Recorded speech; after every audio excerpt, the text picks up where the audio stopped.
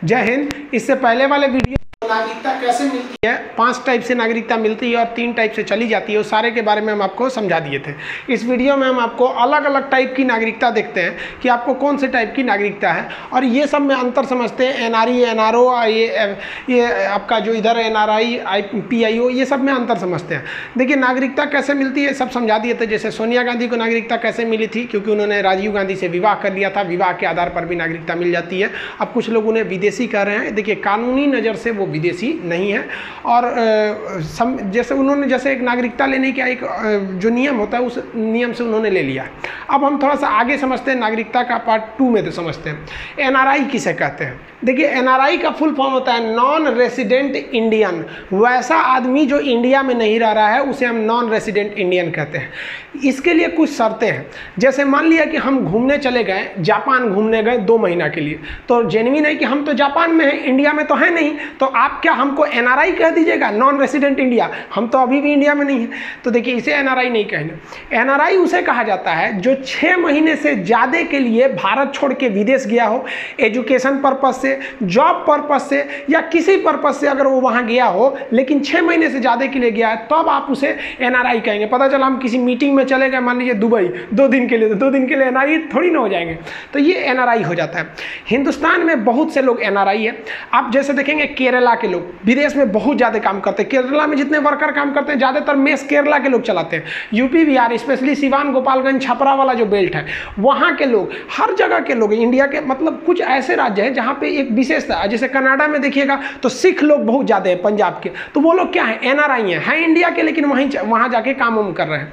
तो ये एनआरआई जो होते हैं ये बहुत ही अच्छा काम करते हैं। हमारे हिसाब से इस देश के लिए हमारे हिसाब से जो सच्चा देशभक्त हो जाता है ना, हो सकता है हम गलत हैं, सबसे पहला भारतीय सेना, जो थल सेना, नौसेना, वायुसेना, सबको मिला के कहते हैं। तो जो हमारी जो सैनिक है वो सबसे बड़े देशभक्त हैं। दूसरे नंबर पे हमारे किसान, और 3rd नंबर पे हम इन एनआरआई को समझते हैं। रीजन क्या है कि ये लोग हिंदुस्तान में पढ़े लिखे, टेक्नोलॉजी लिए, वहाँ जाके काम करते हैं। जैसे सऊदीया में, अरब में, मिडिल ईस्ट में 55 लाख लोग हमारे हिंदुस्तानी भाई काम करते हैं वहाँ पर, और वो लोग वहाँ पर काम करते हैं, मेहनत करते हैं, पसीना बहाते हैं, और जो इनकम होता है वो खड़े पैसा हिंदुस्तान में भेज देते हैं। तो सोचिए, आप एक कल्पना कीजिए कि हिंदुस्तान में धड़ाधड़ पैसा आ रहा है, और बदले में हिंदुस्तान न उन्हें खाने को दे रहा है, न पीने को दे रहा है, कुछ तो नहीं दे रहा है, वो उसी देश में काम करते हैं। लाखों लोग काम करते हैं। अटल बिहारी वाजपेयी का उन वक्तव्य को याद कीजिएगा, जब 1998 में अटल बिहारी वाजपेयी ने उस बुढ़ापे में वो शेर का जिगरा दिखाया था। अमेरिका के लाख कहने के बावजूद जब परमाणु परीक्षण किया था तो अमेरिका ने भारत पर एम्बार्गो लगा के प्रतिबंध लगा दिया था। अब लोग हमसे ना व्यापार करते थे, ना हमारा सामान लेते थे, बहुत ज़्यादा दिक्कत हो जाता था। अब हमारी अर्थव्यवस्था बर्बाद होने के कगार पर थी। लेकिन ये 55 लाख जो एनआरआई लोग थे, जो अमेरिका, ब्रिटेन, जापान, सऊदी अरब, कतर, दुनिया भर के लोगों थे, वहाँ के सारे लोगों ने काम कर करके इतना पैसा भेजा कि इस भारत माँ की अर्थव्यवस्था को गिरने नहीं दिया। तो इन लोग को सैल्यूट है। जिस तरह से एक भारत के बॉर्डर पे हमारे सैनिक खड़े हैं ना, उसी तरह ये अर्थव्यवस्था को बचा के रखें। ये नहीं रहेंगे समझा तो अर्थव्यवस्था -100% पे चल जाएगा यहाँ पे। तो अटल बिहारी वाजपेयी ने इन लोग का धन्यवाद दिया था। ये बहुत हम लोग ध्यान नहीं देते कि हमारी अर्थव्यवस्था को बचाने में इन लोग का हाथ है। अब आप खुद सोच के देखिए कि ये भारत के लिए कितना बेहतरीन काम कर रहे हैं, इनकम दे रहे हैं, और हमसे कुछ नहीं ले रहे हैं। तो हमारा देश का संविधान का भी कर्तव्य है कि नहीं इनके लिए कुछ करे। तो हम लोग का जो देश का संविधान है वो भी बहुत बेहतरीन। उसने कहा कि भैया जो एनआरआई लोग हैं, लोग इतना मेहनत से भारत में पैसा भेज रहे हैं, इनके पैसे पे हम टैक्स नहीं लेंगे।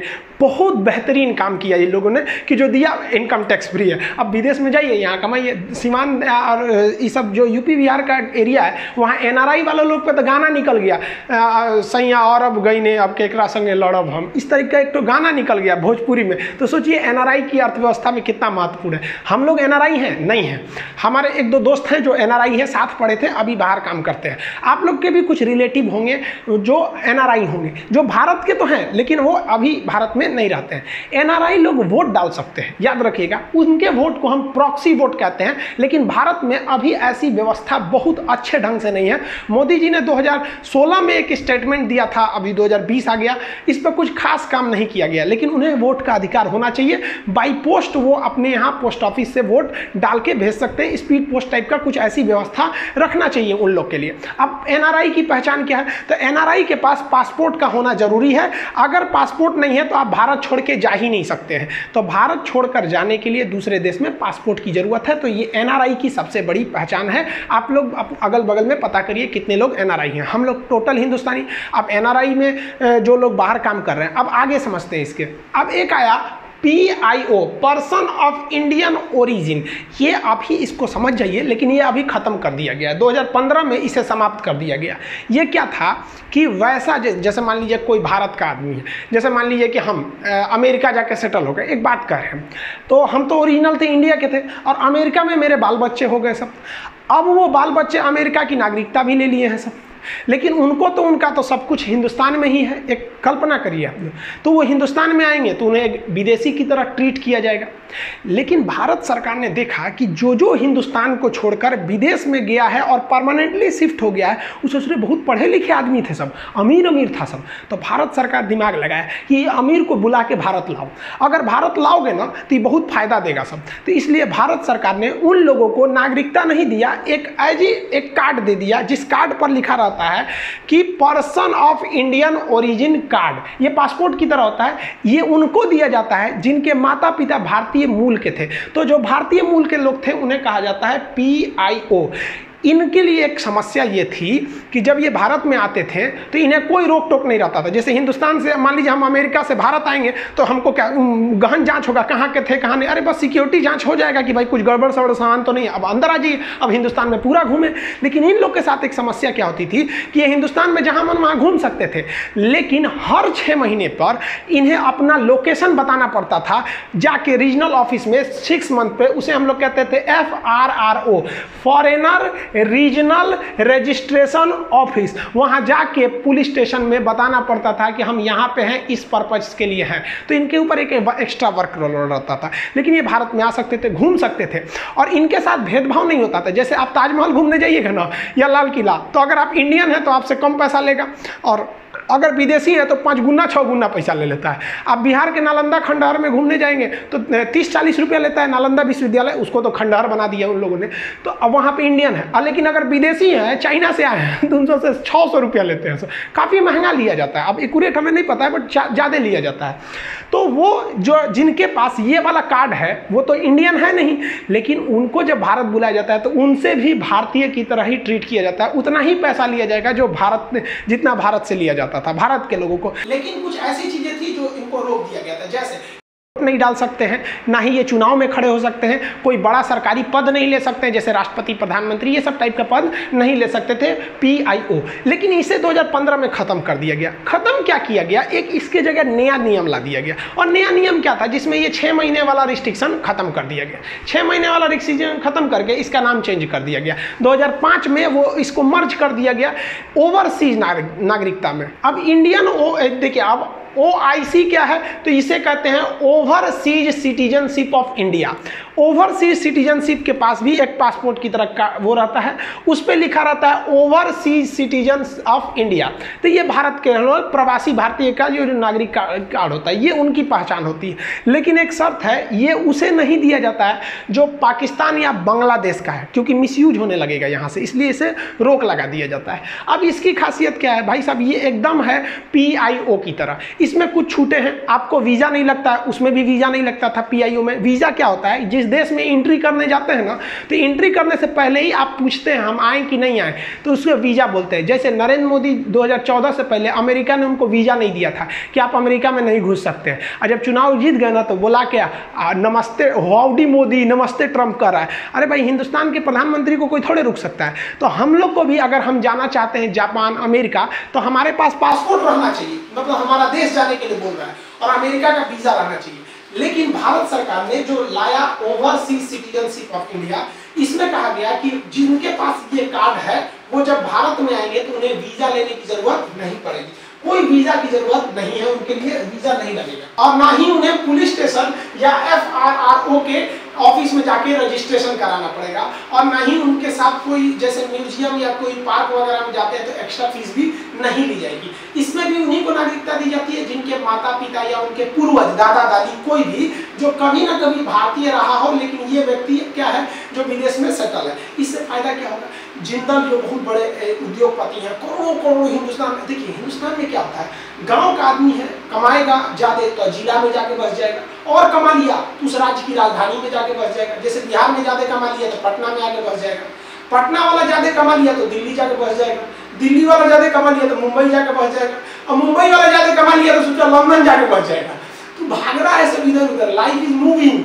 तो लंदन जो भागा है इसका मतलब वो सबसे ज्यादा कमाया है, तो उसको पकड़ के लाओ इंडिया, कुछ ना कुछ पैसा देगा। तो उसी सब के लिए बनाया गया OIC।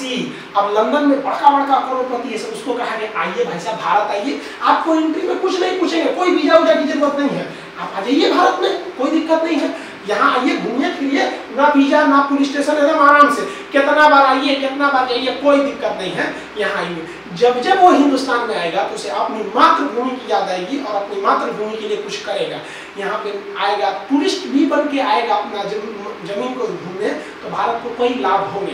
तो ये 3 तरह की नागरिकता आप समझ कर, हम लोग बाहर नहीं है तो हम लोग सिंपल नागरिक कहलाएंगे, जो विदेश काम करने गया है वो NRI कहलाएगा, और एक पर्सन ऑफ इंडियन ओरिजिन को खत्म करके उसी की जगह क्या ला दिया गया है, ये ओवरसीज नागरिकता, ये लक्ष्मी मंच समिति के सिफारिश पर इसे लाया गया था। इनके पास एक तरह का ये कार्ड होता है। अब समरी में समझ जाइए क्या क्या है भाई, ये जो है पर्सन ऑफ इंडियन ओरिजिन, इसको तो खत्म कर दिया गया, इसको किस में मर्ज कर दिया गया है, ओवरसीज वाले में मर्ज कर दिया गया। इन दोनों की विशेषता, ये दोनों वोट नहीं डाल सकते हैं, दोनों इलेक्शन नहीं लड़ सकते हैं, इनमें नहीं था। लेकिन NRI वाले लोग प्रॉक्सी वोट डाल सकते हैं, लेकिन अभी उतनी अच्छी सुविधा नहीं है।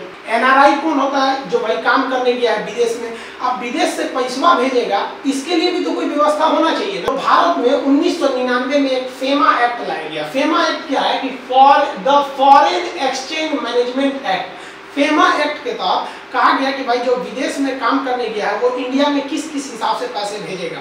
अब कोई व्यक्ति विदेश में काम करने गया है तो भाई पहले तो हिंदुस्तान में ना होगा, तो इंडिया के किसी ब्रांच में उसे अकाउंट खुलवाना पड़ेगा। अब ये अकाउंट 3 टाइप के हो गए सर, वो हो गया एक NRO अकाउंट, NRE अकाउंट और FCNR अकाउंट। अब इन सबको आप समझिए अलग अलग करके। देखिए, अगर कोई व्यक्ति हिंदुस्तान में है और वो विदेश में जाके काम कर रहा है, तो उसको अगर उसने NRO अकाउंट खुलवा लिया है, NRO का मतलब होता है नॉन रेसिडेंट ऑर्डिनरी अकाउंट। इस अकाउंट का फायदा ये होता है कि जैसे मान लिया कि हम अमेरिका चले गए काम करने के लिए, अमेरिका चले गए पढ़ाने, तो अमेरिका से मान लीजिए हमको जो पैसा मिल रहा है तो हम किस अकाउंट में भेजेंगे, तो इसी NRO में भेजेंगे।